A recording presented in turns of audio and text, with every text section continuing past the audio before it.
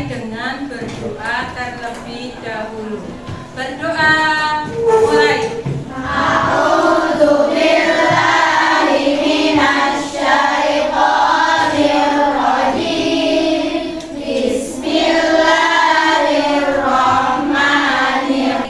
Hari ini Bu Tina akan mengajak kalian untuk belajar tentang sekolahku yang damai.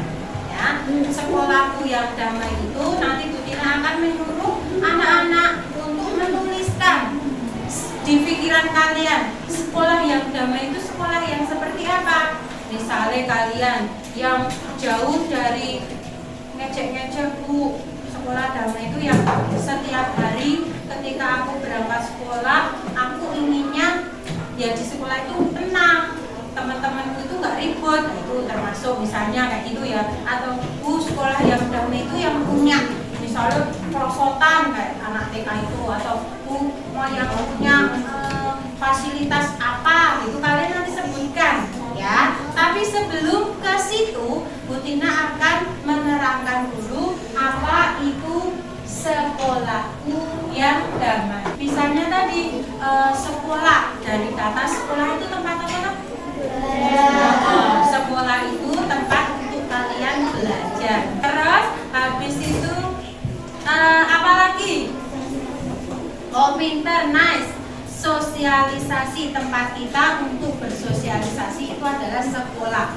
Sekarang kata damai, berarti dalam arti damai itu apa?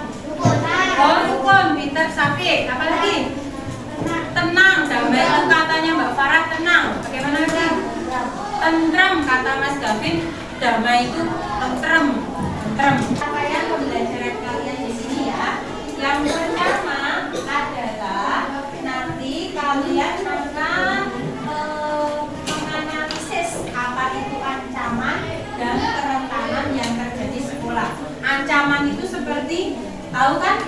Kamu diancam itu berarti diapain? Diancam itu berarti dipaksa. Ya, ada sesuatu hal yang dari kalian itu tidak suka, tapi disuruh melakukan itu berarti namanya ancaman. Terus kalau kalian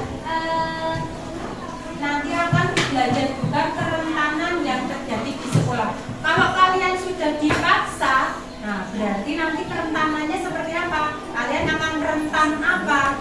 Misalnya sudah dipaksa, yaitu tadi berangkat sekolah nggak mau mogok. Nah, yang kedua nanti akan belajar tentang kapasitas. Kapasitas itu apa yang sudah ditindaklanjuti dengan Bu Guru, Pak Guru, misalnya pembulian ya, nanti akan menjadi ancamannya pembulian. Nanti kerentanannya akan mempengaruhi mental anak-anak. Terus kapasitasnya apa? Kapasitasnya nanti misalnya di sosialisasi anti bullying atau dipanggilkan Pak polisi ke sini supaya disosialisasi kalian, atau ditulis-tulisi no bullying, atau kalian mengecap tangan kalian stop bullying, seperti itu ya. Ini sudah. Sekarang yang ketiga.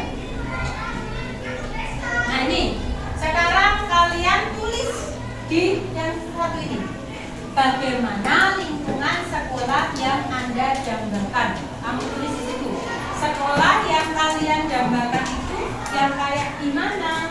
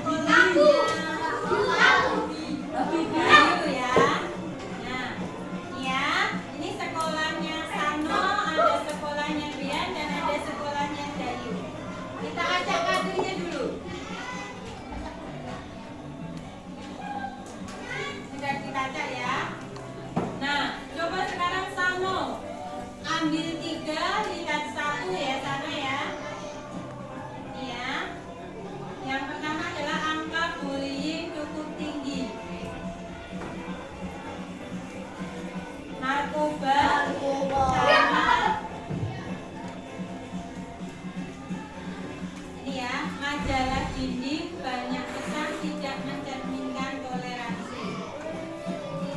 Ya, ambil sudah diambil 3 Sano. Sekarang diikutin acak dulu ya. Mari ngacak kayak gitu.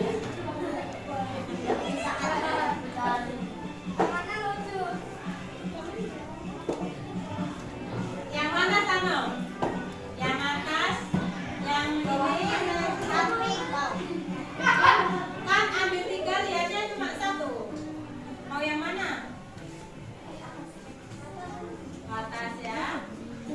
Majalah dinding banyak pesan tidak mencerminkan toleransi. Ayo dimasukin yang mana? Kuning, merah atau hijau?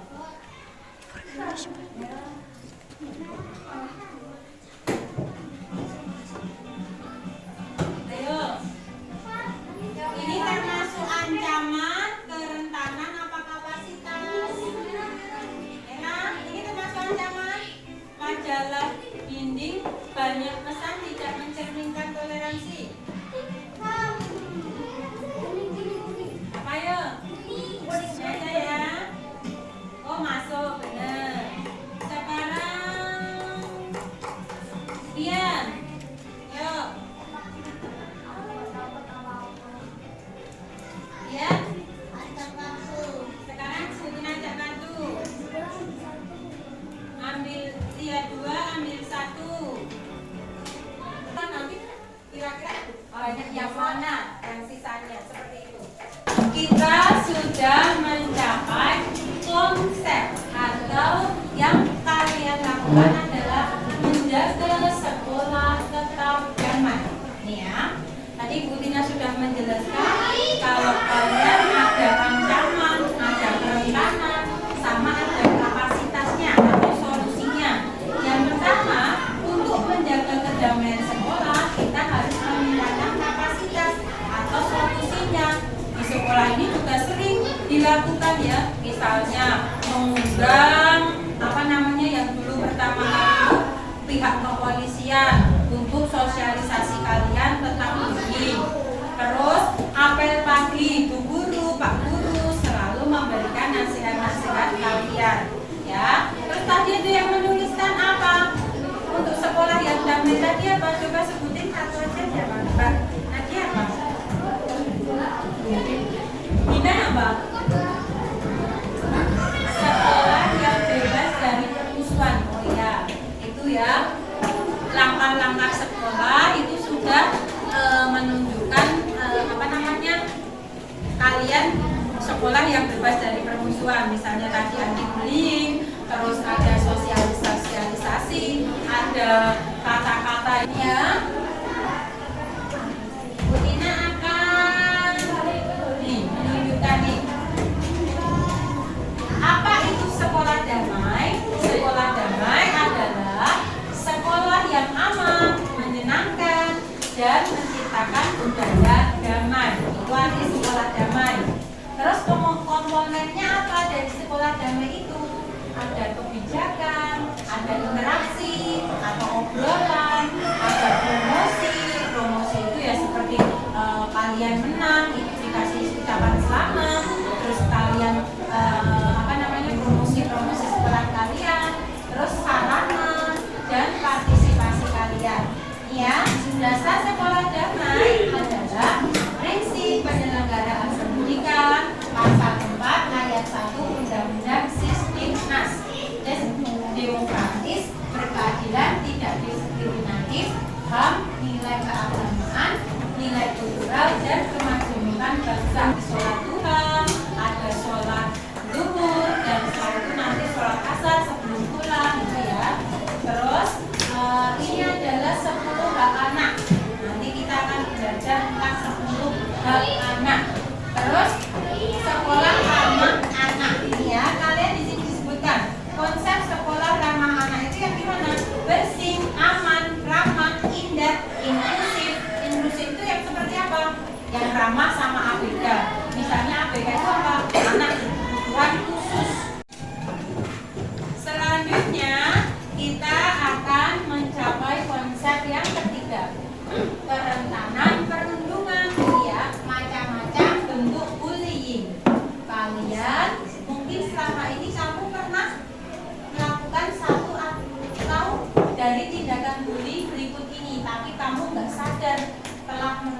contohannya. Misalnya bullying secara sosial atau menyebarkan rumor yang belum pasti hingga mengajak untuk menjauhi seseorang merupakan tindakan bullying sosial. Ini ya, kamu mengajak teman kalian, itu berarti sama aja. Itu pernah mesti kalian, ya. Budina nggak nuduh, ya. Terus cyberbullying atau cyber itu berarti gimana? Di sosial media atau di dunia maya. Ada yang bilang misalnya nulis status Safir gitu ya, harus di statusnya dikirim ke, padahal di situ kotaknya ada 400. Safir mencuri uang Sano, di status namanya cyberbullying.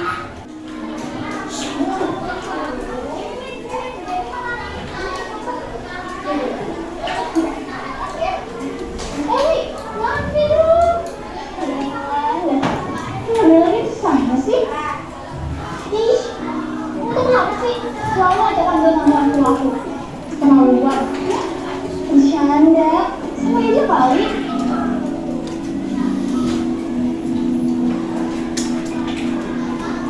Wih, kamu boleh suara tahu sih?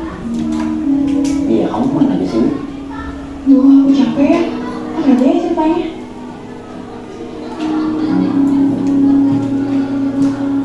Dia kenapa sih?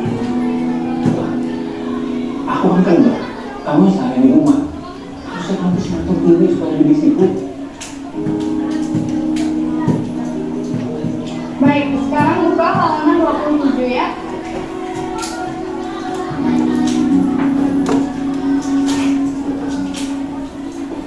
Kamu malas ya kalau ngomong tadi perempuan lagi.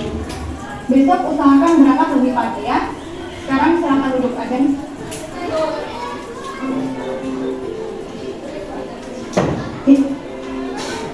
Panas aja sih, jangan nangis. Ya kan, harus bikin besok. Bukan ada dalam selalu rame aku. Gue sih udah lebaran. Masih ini aja. Coba kalau udah begini. Masuk Inggris. Iya.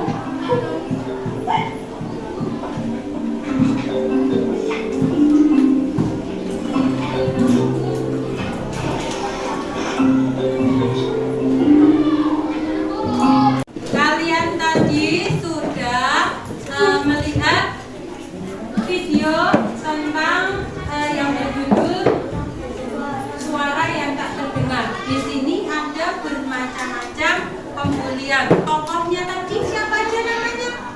Tiwi, Boni, Ririn, Ajeng. Yang melakukan fitnah, melakukan pembulian fisik, melakukan pembulian verbal itu siapa? Tiwi. Nah, si Tiwi itu kok bisa melakukan seperti itu? Dasarnya apa? Capek. Kenapa? Oh iya, iri sama Ririn. Karena apa? Oh iya, karena selalu dijemput sama ayahnya. Ririn mempunyai apa namanya, sentuhan kasih sayang dari ayahnya, itu membuat si Tiwi jadi iri. Sekarang yang Ajeng tadi kenapa? Oh iya, kompak sama keluarganya, saling bantu membantu. Akhirnya dia fitnah dengan menyebarkan kertas satu ke yang lainnya tadi, menunjukkan ya kalau di penjualannya itu menggunakan bakso tikus. Nah, Boni tadi kenapa? Karena dia seniman. Tiwi ingin seperti itu, seperti Boni.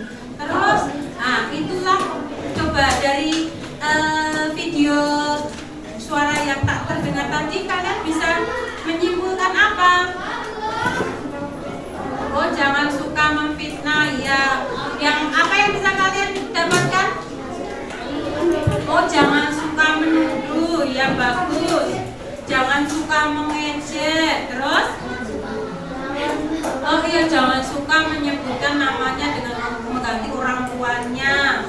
Nah, banyak sekali ya yang bisa kita ambil dari video tadi. Sekali lagi, kita akan belajar tentang kerentanan kekerasan seksual. Nah, ya tadi ya.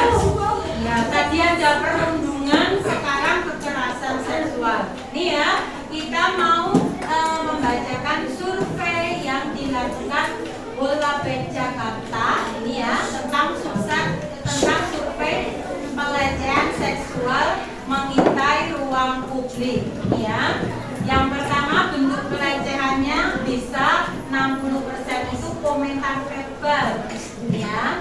Terus ada komentar fisik seperti disentuh. Sentuh apanya? Sentuh area yang tidak boleh disentuh. Misalnya apa?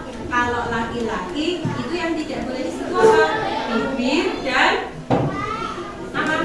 Bibir, kemaluan dan anus itu nggak boleh. Kecuali ibu kalian itu boleh ya. Jadi yang kalau masih kecil itu boleh ya. Kalau kalian sudah besar sudah sunat ini tidak boleh lagi. Bibir, kemaluan, anus itu nggak boleh sama sekali disentuh siapapun ya. Tiba-tiba nyentuh bibirnya ini ya, itu nggak boleh ya. Bibir itu nggak boleh. Kalau perempuan apa? Tambah satu lagi apa? Dada tidak boleh disentuh ya. Apalagi ada yang kayak gini, misalnya Gina baru gini sakit ya Pak. Wah, oke ya. Nah itu contohnya, itu nggak boleh ya. Ya, kalian tidak boleh menyentuh yang perempuan 4 itu, laki-laki 3 itu. Dan kalau di SD kita itu sudah tidak ada sentuhan laki-laki maupun perempuan ya. Terus ada lagi kejadiannya 35% itu ada di siang hari. Terus 25%-nya itu sore hari ya, kejadian-kejadiannya itu. 21%-nya itu malam dan sisanya 17% ada di pagi hari. Pengaruh baju yang dipakai dan ya, celana rok panjang itu 18%. Nah, kalian pakai rok panjang, celana panjang itu juga ada loh yang sampai melakukan pelecehan seksual seperti itu. Hijab, bahkan pakai hijab pun masih dilecehkan. Baju lengan panjang pun masih ya. Baju longgar dan seragam sekolah ini ya. Nah, jangankan pakai baju yang seksi, orang pakai baju ini aja masih ada yang melecehkan ya. Tempat pelecehan seksualnya di jalan umum. Kalian namanya apa? Kalau belum ikut orang tua, kalau pulang sendiri itu langsung pulang aja ya. Karena di jalan itu 33%, 19% itu ada di transportasi dan halte. Di bis kalian nunggu di bis mau naik itu biasanya dipegang bokongnya, ayo wes didorong. Waktu gini-gini kena payudaranya itu juga termasuk. Terus 15%-nya ada di sekolah dan di kampus ya, dilecehinnya itu. Selanjutnya kalau di transportasi umum makanya tadi Bu Tina menjelaskan 36%-nya itu ada di bis, banyak yang di bis ya. 30%-nya ada di angkot, 18% ada di KRL, 18 lagi ada di ojek dan taksi online, sama ini ya 6%-nya yang konvensional atau yang naik motor. Tiba-tiba kamu sama kucingnya juga mendadak, nah, itu termasuk pelecehan ya. Tapi kalau nggak sengaja loh, kalau di depan ada jendulan kamu yang nggak melihat mamanya sampai ini tiba-tiba direm kamu jadi gitu, ya itu berarti bukan. Ada lagi reaksi saat terjadi pelecehan seksual ya. 40% itu mengabaikan. Mengabaikan itu gimana? Nggak apa-apa lah, cuma didorong apa. Pelecehan terjadi karena niat pelakunya ya, bukan korbannya ya. Itu pelakunya yang tidak bisa mengendalikan dirinya. Terus masyarakat mengubah pola pikir ya, acap kali melakukan minimalisasi korban. Misalnya tadi ayat mengajarkan, kok didemok bokong lele apa-apa, rakyat lengkap. Nah, kayak gitu normalisasi korbannya. Selanjutnya nanti kita akan melihat video ini. Maraknya kasus kekerasan seksual di kampus yang diadukan masyarakat diberitakan di berbagai media, membuat Kemendikbudristek fokus untuk menangani dan mencegah keberluasan kasus kekerasan seksual di lingkungan perguruan tinggi. Menurut data Komnas Perempuan, yang aman dari kekerasan seksual. Oleh karena itu, Kementerian Pendidikan, Kebudayaan, Riset dan Teknologi atau Kemendikbudristek membuat peraturan menteri untuk mencegah dan menangani kekerasan seksual. Dan semua pihak sivitas akademika di perguruan tinggi bisa dan perlu ikut serta di dalamnya. Apa saja sih hal pencegahannya? Pertama, pemimpin perguruan tinggi mewajibkan mahasiswa, pendidik, dan tenaga pendidikan untuk mempelajari modul pencegahan dan penanganan kekerasan yang dikembangkan oleh Kemendikbudristek. Khususnya modul pencegahan dan penanganan kekerasan seksual berisikan pengetahuan serta uji pra dan pasca pembelajaran mahasiswa, pendidik, dan tenaga pendidikan tentang dasar filosofis pendidikan di Indonesia dan cara-cara yang baik untuk mencegah dan menangani kekerasan seksual di sekitar mereka. Kedua, pembentukan satuan tugas khusus yang bersifat non-ad hoc. Ketiga, pemasangan tanda peringatan bahwa kampus tidak mentoleransi kekerasan seksual. Pemenuhan kebutuhan penyandang disabilitas di kampus dalam sosialisasi terkait kekerasan seksual.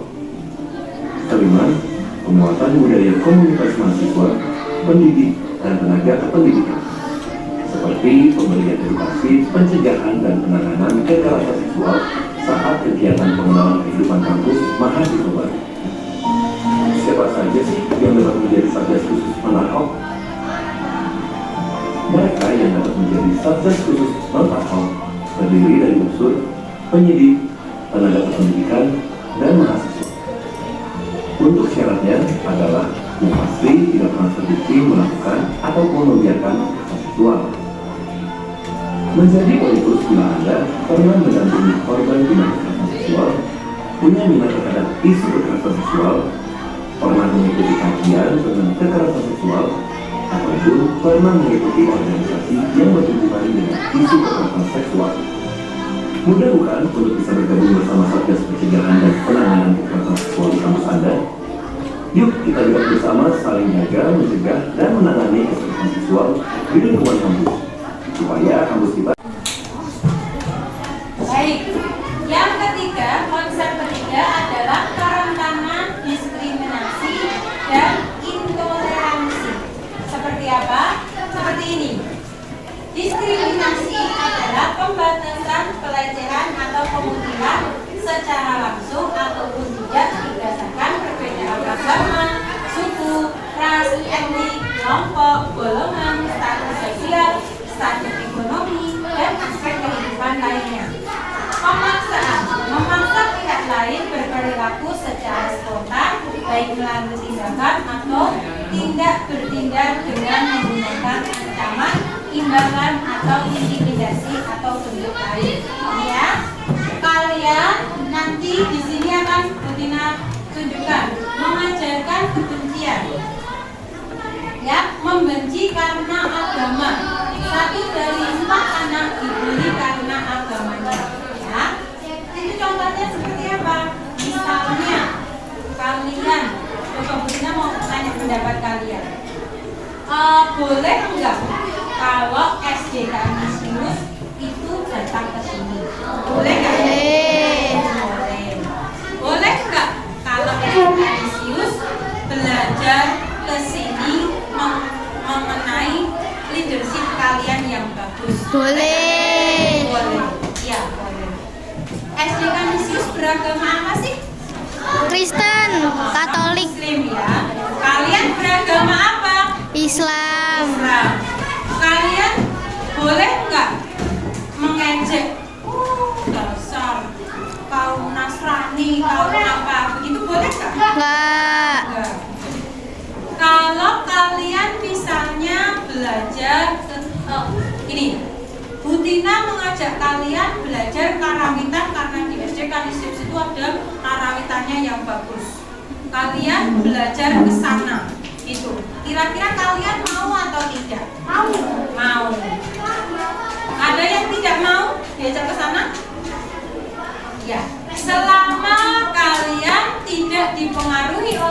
agamanya mereka.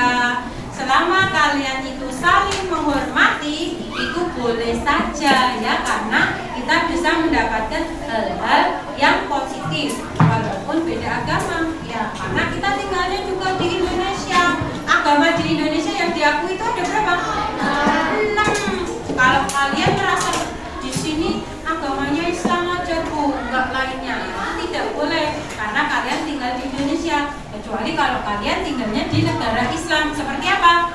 Arab Saudi sana, kalian boleh. Tapi kalau kalian misalnya tinggal di negara yang agama lain, itu tinggalnya di mana kira-kira? Apa di mana ya? Oh ya, Vatikan. Kalau kamu di Vatikan sana, kira-kira bagaimana? Hah? Itu tempatnya orang apa? Nasrani. Iya, itu kamu tidak boleh membawa Islam ke sana. Nah, seperti itu ya. Selanjutnya